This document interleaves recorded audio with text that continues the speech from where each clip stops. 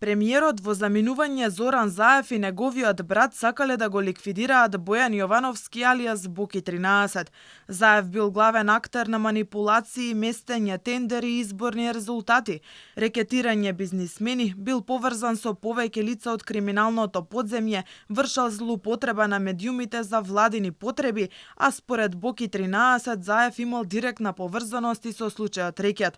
Од затворот Идризово Јовановски во една недела го испраќа второто писмо, овој пат со обраќање директно до премиерот Зоран Заев. Одговорете и на јавноста колку бизнисмени изрекетиравте уште пред да станете премиер со проектот Вистината за Македонија, кога ги пуштавте така наречените бомби.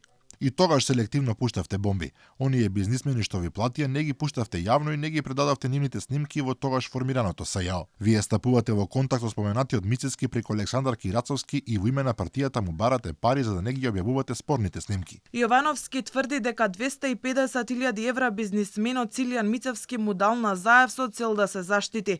Но ова не била единствената транша од Мицевски за Заев, зашто Боки 13 гарантира дека има докази во својот телефон.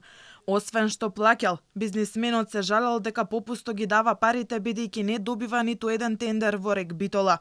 Потоа, како што пишува Јовановски, Мицевски конечно добил тендер, а Вица Заев за ова му побарал рекет. Парите од Мицевски за Вица Заев биле предавани во невладината на Јовановски меѓународен сојуз. Вакви слични примери има со повеќе лица и компании. Добро знаете каде и кого се пустошевте, како што милувавте да кажете за тие пусти пари. А да, Цилјан му даде и на Александар Кирацовски, тогаш генерален секретар на СДСМ, едно убаво плико полно со евра, како знак на благодарност за тендерската документација и позитивната одлука на тендерската комисија. Го уништивте човекот. Јовановски во отвореното писмо на 7 страни открива и скандали поврзани со Драги Рашковски, Жарко Луковски, Зоран Милевски Кичеец, Ана Јорце Камчеви, како и со Горан Николовски Џони. Боки 13 го обвинува Заев и за згаснувањето на специјалното јавно обвинителство на Јанева, како и за местење на изборните резултати за председателските избори во 2019 година.